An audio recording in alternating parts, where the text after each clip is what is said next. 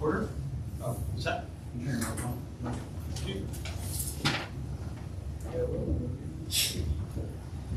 Call this meeting the Town Council of Newmarket to order at 6:30 Monday, April 21st. I ask everyone to please stand for the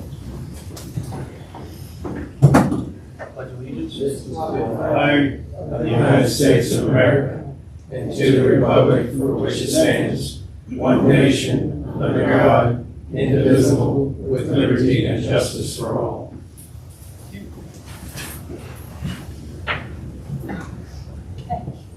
So our first item is approving the agenda. Anyone would like to make a motion to pass the consent agenda, which consists of the minutes of the March 17th meeting and the financial statements of March 2025? Mayor, you will need to ask for a motion to approve the agenda, and then we will approve the consent agenda. Very good, thank you. So I need a motion to approve the agenda. I Sorry. make a motion to approve the agenda. Second. Thank you. We have a motion and a second. Any discussion? Ms. Wu? Is this- Voice vote is nice. Okay, voice vote today. Thank you. All in favor of the agenda, please signify by saying aye. Aye. Opposed? That motion passes. Now we move into the consent agenda. Yes, and there is one amendment requested by staff on the consent agenda, specifically for the minutes on April 15th, 2025, for the work session of the council. The only amendment to that work session is the time of which that meeting ended. The minutes stated 6:40, but it was actually 5:40. I move to approve the consent agenda with an amendment to the minutes of the April 15th, 2025 work session of the Newmarket Town Council to correct the meeting adjournment time to 5:40 p.m. Is there a second? Second. Any discussion? All in favor of approving the amendment to the agenda, please signify by saying aye. Opposed? That is passed. There are no public hearings this evening. Are there citizen comments and petitions? Signed up. No one signed up, but I believe Mr. Ron, Chief Ron. Want to make comments now? I did sign up. I'm sorry, Kevin. I signed the wrong page. Oh, well, go right ahead. Oh, great, thank you. Thank you, Mr. Mayor, members of the Town Council. I just wanted to come and publicly thank Janice Hanna and Peter Hughes and town staff, Nathan Garrison, to publicly thank them for coming and spending a rainy evening talking to concerned citizens and really giving us the time to hear out our concerns and answer our questions and to enter into discussion. It was a long evening, and I'm sure they had other things to do. And you meet a great deal already, and for you all to take the time to do that and meet with us meant a great deal to everybody involved. The meeting was primarily concerning the proposed development or potential development in the future of the property just south of Newmarket, which has been discussed ad infinitum. There's still a tremendous amount of concern among citizens, and the fact that you took the time to hear those concerns has been a great deal to us. I'm not quite sure that we moved the dial towards any kind of consensus or agreement. In fact, I think we were attempting to encourage town council to focus its energies and efforts in the downtown and not at a new development site. And I don't know that we got anywhere with that. In fact, I'm pretty sure we didn't. However, the fact that we were talking meant a great deal. And I just want to publicly thank you all for doing that. Thank you. Thanks. Thank you, Mr. Walker. Any other comments? Jeff, are you going to use your portion for this session? Yes, sir. This should be a good time. Good evening, how are you all this evening? This is a quarterly report for the Fire and Rescue Department. Doing great. I knew I messed that up. Been very busy since the first of the year. You can see total call volume, 209 total calls, 120 EMS 6 no patients, 12 public service. We had 10 fires, 6 structure, 1 vehicle, 3 outside fires, 2 motor vehicle accidents, and then just 6 others. Localities, roughly 72 in town, 20 in Rockingham County, and 0 in Page County. Still doing the nudie nights on Thursday and Friday. We have expanded a little bit to the daylight hours. We currently have 2 that have been able to step up and do that due to their shift work. Training night, we're trying to get back into that and do that every Thursday night. We just recently did a training down in Mount Jackson with them on the school buses, and last Saturday, or this past Saturday, we went to Tom's Brook for an urban interface class that was very good. Monthly meetings, the chiefs and captains meeting, that's getting very active. If you all haven't heard, which I'm assuming you have, Chief Williams has announced his retirement. It will be effective October 1st. We found that out, I think, back in February, I believe it was. Bingos are still doing very well. You can see the total duty hours there, 285, training hours 102, fundraising hours 100. We just had our annual spring fling, which was very successful. This just goes back to January and the different things that we did during the storm in January. The one snowstorm I think we did have, we upstaffed the station during that storm. Attended the Tom's Brook banquet, county training. We had that at the firehouse for infectious disease control, and we attended the Board of Supervisors meeting on the 28th. The thing that is starting to take place now is we're starting to have training more, trying to get, since Chief Pozo's plan came out, is to try and do more county training. What I mean by that is each end of the county, one in the north, one in the south, and kind of centralize it and do it kind of quarterly and just pick different topics. This topic happened to be the annual infectious disease control that we're required to take. In May, it's going to be some EMS training that will take place in Strasburg. February, we helped host company number 4 with the Firefighter 2 class at the county training grounds. We attended a training class given by Chief Brochure, former PG County Fire Chief, which was a very good class called Rescue You. He does a very good presentation, very smart, intelligent man. It was a good class for me, I do know that. Attended the Connicksville banquet. Again, staffed the station due to the weather, the storm we had in February. February 13th, a life member passed away with Strasburg, so we had to provide truck coverage for the county. Woodstock moved to Strasburg to help cover while they had the funeral of their life member. We covered Woodstock, and Broadway covered our area. So you can start to see some of the stuff that's starting to come together. Hopefully more of that will come together as we kind of try and share resources and provide coverage for one another. February 16th was a Sunday. It just got really busy, so we went up. What we have as a condition red is when all the resources pretty much are tied up. So we went up and staffed the station for that during that time. On the 25th, we attended the Board of Supervisors meeting. March 25th, we had an interview with the Northern Virginia Daily. Met with our new station captain. We have a new station captain. His name is Jesse Clark. He started in March. Him and Ralph Craig. Ralph transferred to another station in the county, and Jesse was moved into Newmarket. So far, that relationship is going very well. Some of the things that are happening there is they're going to start doing what we call a daily check or weekly check on our wagon. The other thing that is actually really good is they are interested in training on the tower ladder. They're going to start doing some checks on that more so than what was done in the past. And hopefully we can keep working that in a progressive manner. This was taken on by Captain Clark. Because I did ask, and his reasoning was is we have to depend on that equipment. It may come to save our lives, and we may have to use it. So therefore we need to know how it works.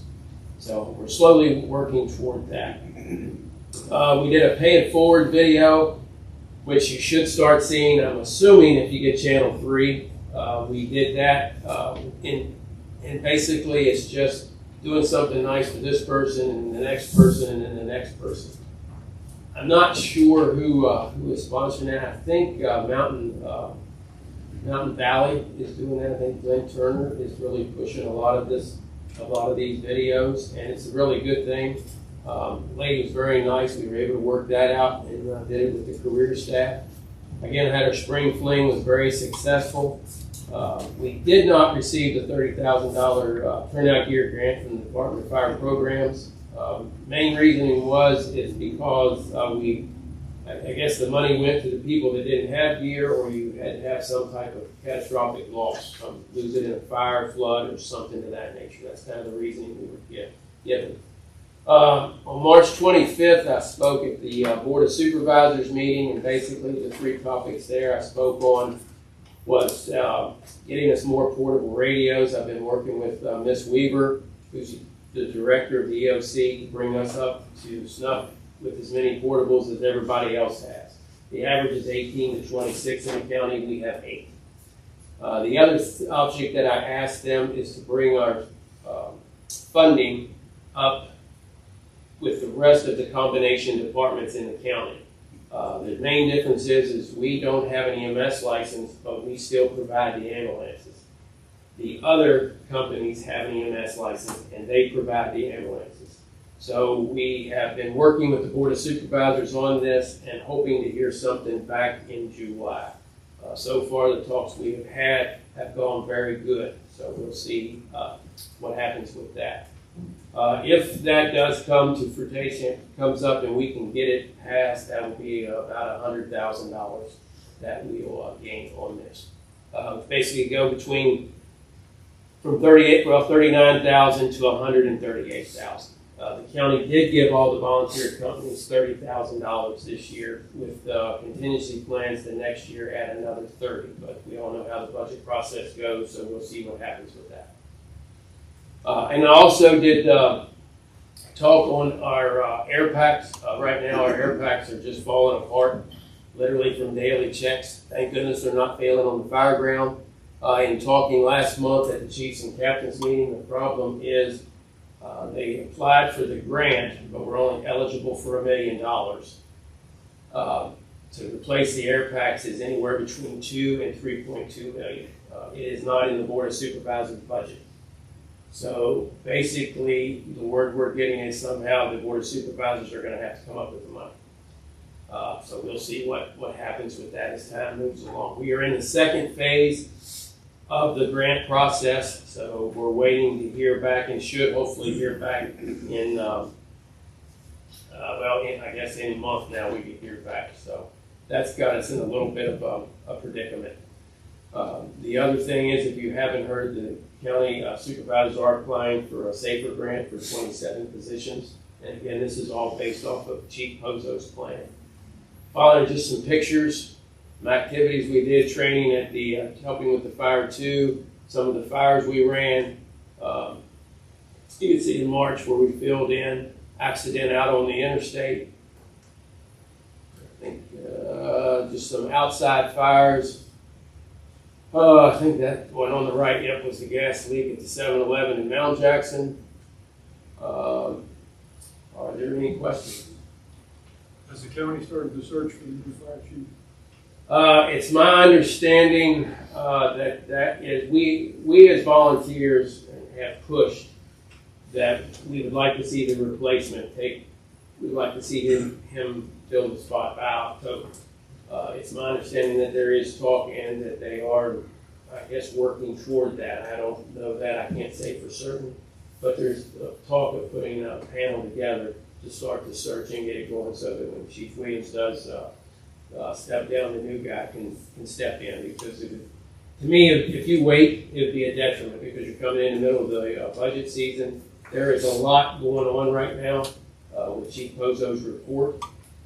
There's a lot going on amongst the volunteers with some changes in things that I think some of the departments would like to see. And of course, we all know when change comes in, sometimes it's not all good because not everybody's happy. The realization with the new fire chief, I think we all know that there's going to be good and bad. Some things everybody's going to like, and some things we aren't. So that's just part of doing business. Did you have any talks a couple of times about the air packs. I'm just curious, what is the replacement cost of one and how many does Newmarket need? So this is what's happened with that. We're only eligible for $1 million. So they got two bids. One came in at 3.2 million, which was a Scott air pack, which we currently have. One came in at 1.8 million.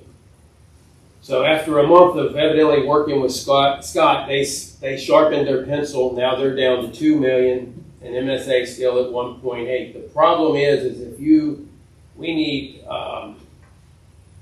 there's 10 air packs allocated per firehouse with this grant. The problem is let's just say when we go to do, which we're supposed to take and have demos of these air packs and then put them, I don't want to say out to rebid, but let's just say, for example, we go with MSA. We decide that's the best air pack. You're going to have to buy them all at one time, simply because you got two manufacturers. If we decide to go with Scott, then you could probably feed it to where you do part now and part next year. The biggest problem with the air packs that we're running into is parts. There was no contingency plan to replace these. They were used, and now we're running into parts. And when they went to apply for the grant, they applied for too much money. Evidently, it's based on your area, which I'm not familiar with the FEMA grant. But this area is only allowed $1 million. I guess if you're in a bigger area, obviously you can allow more money, I'm going to say. So then you're on, the county is responsible for 10% of that grant. So at $1 million, the county would be responsible for $100,000. And the problem that we're having is, if you have to go to a different air pack, then you're responsible for the whole amount. And the other issue is there was no money budgeted.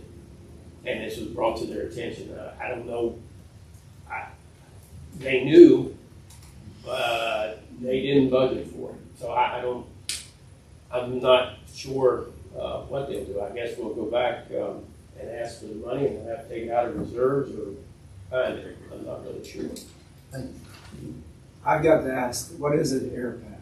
So the air pack, or what we call SCBA, is what you see on our backs when we wear to go in a house. Has the tank, the straps, the mask, and everything. The average cost of them, the average cost is around $10,000. And it varies with all the bells and whistles. You can spend more or spend less. It all depends on what all of the extras that you decide to get. The MSA rep so far has been really well and really good. They came in, like I say, considerably lower than Scott, and I don't think anybody thought that. I do know in Northern Virginia, Fairfax County just recently switched over, and of course after we got the bid in here in the county, we kind of probably figured out why. So we'll have to see what happens with that. I know we have in May, I think, the one dealer is bringing in the air packs to have us take a look at them. And then at some point, we're supposed to get together to go try the different brands out and see what we can figure out with them. Thank you, Jeff. Appreciate Thank you. the service and the good report. Okay, citizens' comments, there are no committee reports, we'll move into staff reports at this point. I'm here for Mr. Pavin.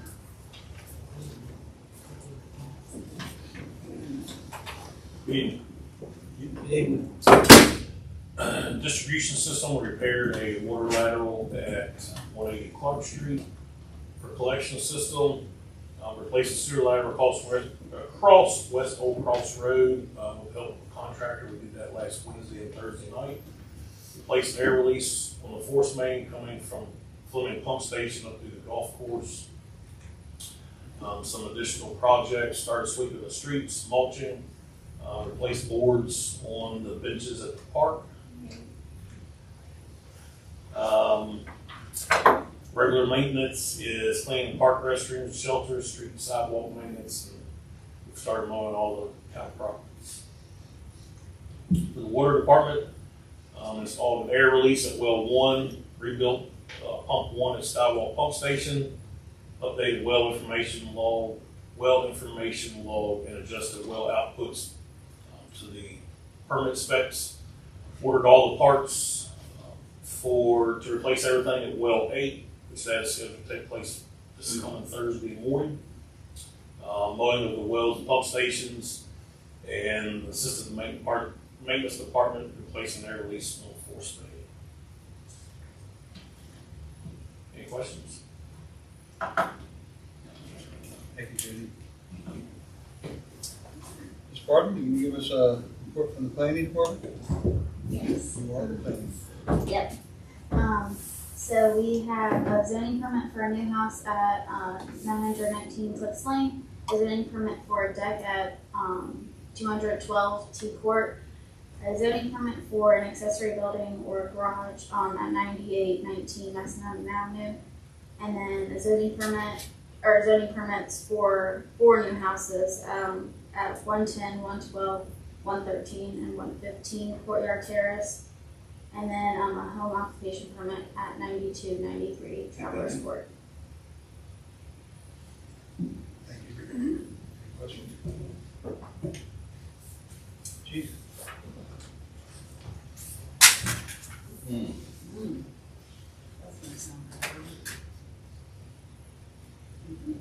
glad that wasn't me. Good evening. Good evening. For the month of March, there were 388 calls for service. Total calls for the year, 952.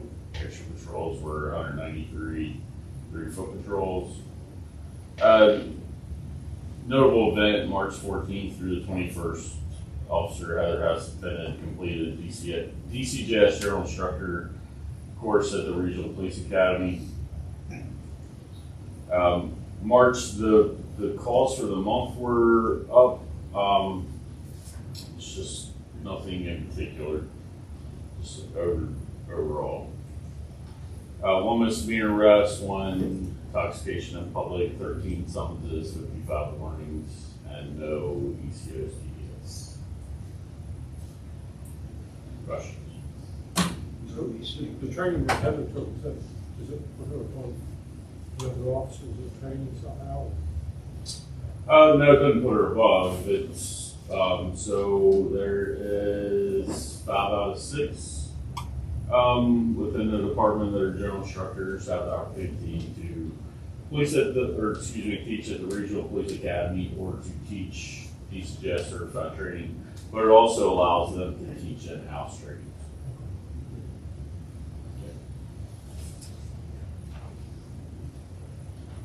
Thank you. Thank you. Come on. Val?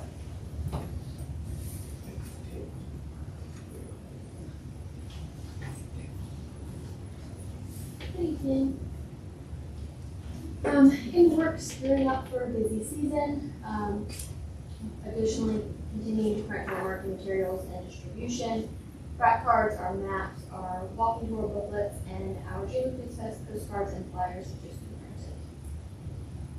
What's happening? We had the quarterly Young Professional Network that was hosted at Jackson's Florida Cafe a couple of weeks ago. We had another round of the Fresh Food Focus Fridays with John Vogel from the county. It's really great to see our businesses being able to come out and have contact with the county, but not having to travel to Woodstock, so it's been really beneficial for them. We also participated in the Pinwheels for Prevention with response at Mayor Memorial along with the police department. We had a hopping good time at our Easter hunt. Thank you again to the Newmarket Rotary as well as Stonewall Interact for all of their help that they put into it. We had a great turnout, a good morning for the kids, so that was great. What's coming up? We have Rev Up Shinko, which is coming up on May 5th. Here before we know it, we have a good amount of our Newmarket businesses that have joined, and we'll have a couple more. It's a great opportunity for them to learn from local resources as well as being eligible for up to $5,000 grant money for a project for their business. What's coming up as well, we have our Travel to Town passport game that will kick off on April 25th into this week. It's a Tri-Town Partnership initiative that we're working with the Town of Timberville and the Broadway Hometown Partnership, and that is to encourage our residents from all 3 towns to be visiting and shopping in each town. So the passport will begin on April 25th and end on the 5th of May. We will be giving away about 20 baskets of items and gift certificates donated from our businesses. And each one of those baskets is valued between $75 and we have some that are up to $400 in value. And those items, those passports can be picked up at the participating businesses or printed from the websites. For events coming up, June Food Fest will be here on May 17th before we know it. And then as well, at the end of May, we have our first movie night in the park with Blue Line. Any questions? Busy, Yes. busy time of year. Thank you. Thank you.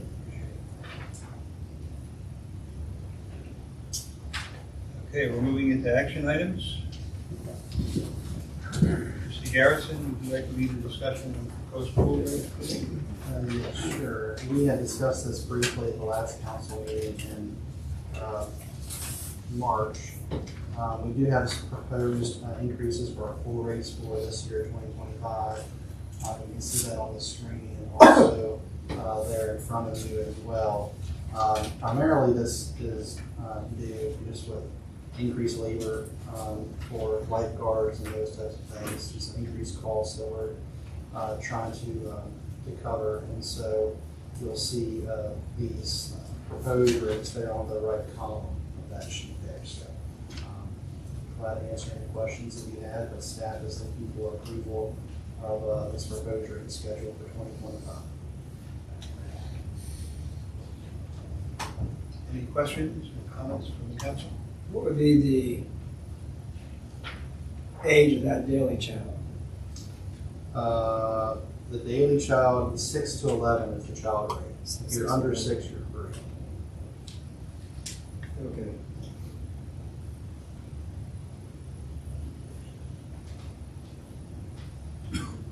Any other questions or comments? Looking for us to approve this tonight? Yes. Looking for a motion. Okay, you are so moved. Looking for a motion from the council, please. I'll make a motion that we pass the proposed pool rates for 2025. I second it. Thank you. We have a motion and a second. Discussion? Any thoughts before we bring this to a vote?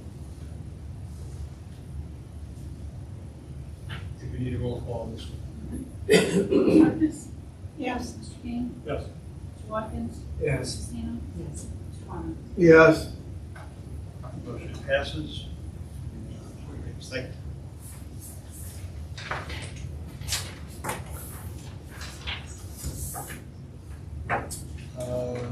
Have next on the agenda comments. And tonight, I have the joy of reading 2 proclamations.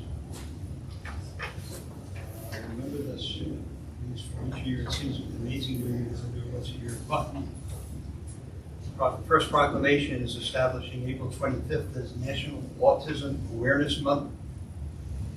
Whereas autism is a pervasive developmental disorder affecting the social, communication, and behavior skills of those affected by it, and whereas more health professionals become proficient in diagnosing autism, more children are being diagnosed on the autism spectrum, resulting in rates as high as 1 in 36 children nationally. And whereas, while there is no cure for autism, it is well documented that if individuals with autism receive early and intensive treatment throughout their lives, they lead significantly improved lives. And whereas individuals with autism often require a lifetime of specialized and community support services to ensure their health and safety, and to support families' resilience as they manage the psychological and financial burdens autism can present. And whereas the Shenandoah County Public Schools Special Education Advisory Committee is spearheading an awareness effort in order to educate parents, professionals, and the general public about autism and its effects. Now be it therefore resolved that I, Peter Hughes, do hereby proclaim April 25th as National Autism Awareness Month in the town of Newmarket, Virginia, and urge all members of the community to become more aware of all individuals with disability and the value that they bring to our community, in order to become better educated on autism and create a better community for individuals with autism, dated 21st day of May. So, we have, I guess we'll go right into the second proclamation. This is National Police Week 2025. To recognize National Police Week 2025 and to honor the service and sacrifice of those law enforcement officers killed in the line of duty while protecting our communities and safeguarding our democracy. Whereas there are more than 800,000 law enforcement officers serving in communities across the United States, including the dedicated members of the Newmarket Police Department.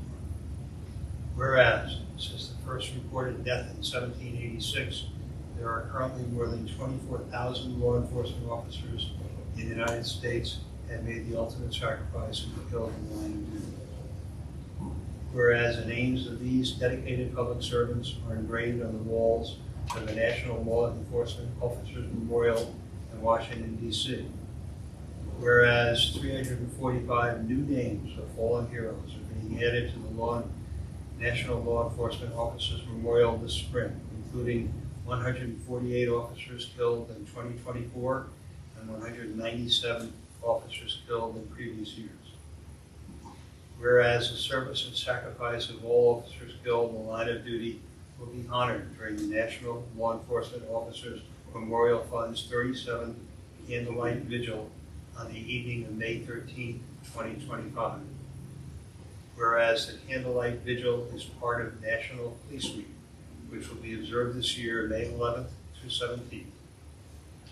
Whereas May 15th is designated as Police Officers Memorial Day, in honor of all fallen officers and their families, and U.S. flag should be flown at half-staff.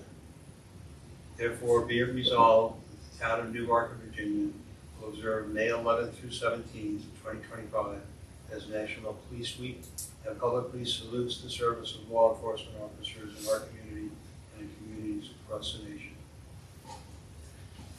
That completes the gentlemen who are present in the police office. We appreciate your service, and we hope and ask you to share our sentiments and proclamation with others in the department. Thank you. I have one informational topic. Nathan and I have been meeting for the last few months with Yvonne Frazier and a group of service providers in summer, with a group of service providers from the area who are interested in trying to cobble together a cooperative program to provide health services for our area, extending Newmarket and the immediate area around the Newmarket and this part of the county. There was some talk early on in hopes of some space for the community center and the community center. We very quickly said we're not ready to really discuss that. We're not in a position to really know where that is going. But a number of the organizations are significant and would be worth our considering having some sort of cooperative agreement with. Some of the thoughts that might work, especially if they could have some space in the community center, would be a resource room. They have already applied for, and apparently we have an AmeriCorps full-time position, which may be able to help us provide services and do some coordination in the building. They would like to see a walking path inside the community center. They'd like to see a senior cafe. They'd like to see some way of providing food assistance. They would like to reestablish a nonprofit fundraising group, including raising money through sponsorships. They would also like to consider offering some community activities, including the Latino Festival, the writing workshop, and the Department of Health is already actively coordinating bringing a mobile health van to our community, which would potentially be parked in that area as well. So that's some of the highlights. Would you like to fill in any details or anything that you'd like to add to that? Sure. So this started with the council had provided a letter of support for a grant application that Yvonne Frazier was putting together from her office at JMU, the Breach Department. And so, again, the intent of the grant was to establish a network of individuals and organizations, nonprofits, that are focused on the health and welfare of those in the southern end of Shenandoah County. And so the community center has been part of the conversation in that. However, the intent of the network is to provide services for the southern end, so not necessarily just at the community center. It's looking all over. So, but it's provided a lot of contacts and a lot of introductions that I do believe are going to be influential in the future with the center, but also with just services being provided in the area.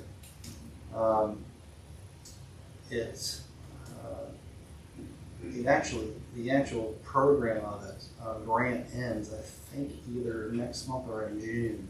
It's coming towards its end, but we are fortunate to have those connections put together. I mean, usually at these meetings, there's anywhere between 8 and 20 folks that are there that are interested in helping those that live in this area. So,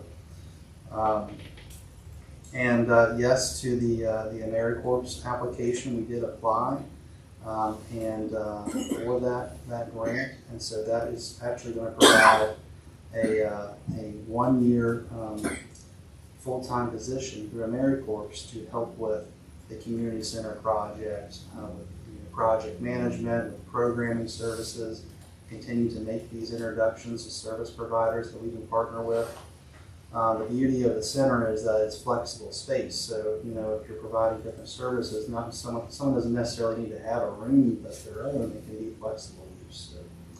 So, and this AmeriCorps person will be able to help with that, coordinate with that, grants for it as well. So we're really fortunate, and I mean that's a huge win for us. That is a big deal.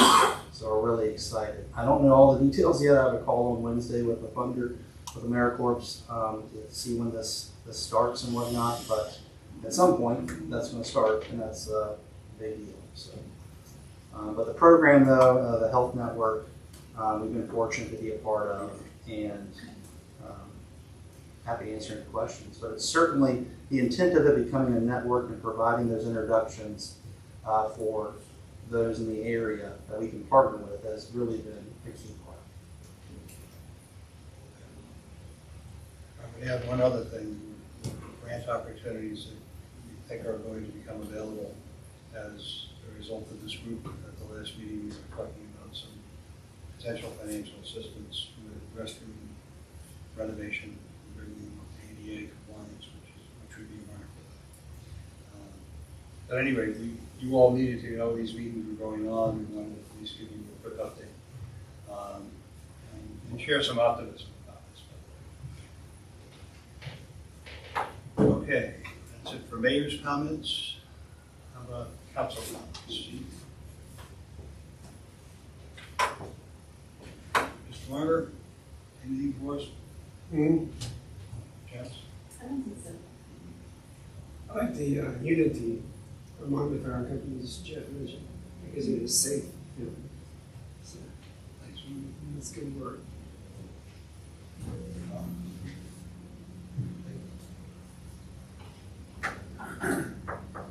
Staff comments. Well, you stole my thunder about the AmeriCorps position. So sorry. So you really took what I had I down couldn't there help. actually I couldn't to talk wait. about. But, we've been really busy lately with, of course, the budget and just other projects that are coming online. Spent a lot of time at the community center personally, but I do want to just shout out to Savannah.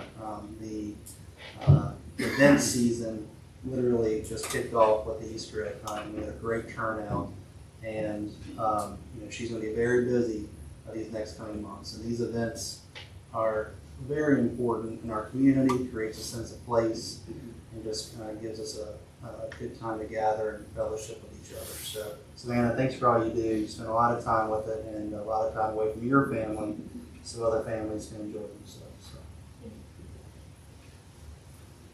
That's all I got. Other staff comments? Okay. All right, I guess we're going to need to move to a closed session at this point. going to read us into that? I will do that. I move to go into a closed session as authorized by section 2.2-3711A8 of the state code to consult with legal counsel regarding specific legal matters requiring the provision of legal advice by our attorney. Subject matter of the meeting is discussion of the voluntary settlement agreement and to discuss the relocation or expansion of business or industry where no previous announcement has been made, as authorized by section 2.2-3711A5 of the state code. And Mrs. Harkness, the first closed session topic is as authorized by 2.2-3711A8 of the state code, and you can amend your motion to include that. You can just say so amended. So amended. We have a motion, we have a second. Second. Thank you. Any discussion? We'll do a roll call. Please, Deborah. Weimer? Yes. Sina? Yes. Watkins? Yes. King? Yes. Ms. Harkins? Yes. Okay, we'll take 5 minutes break. We'll reconvene. Thank you.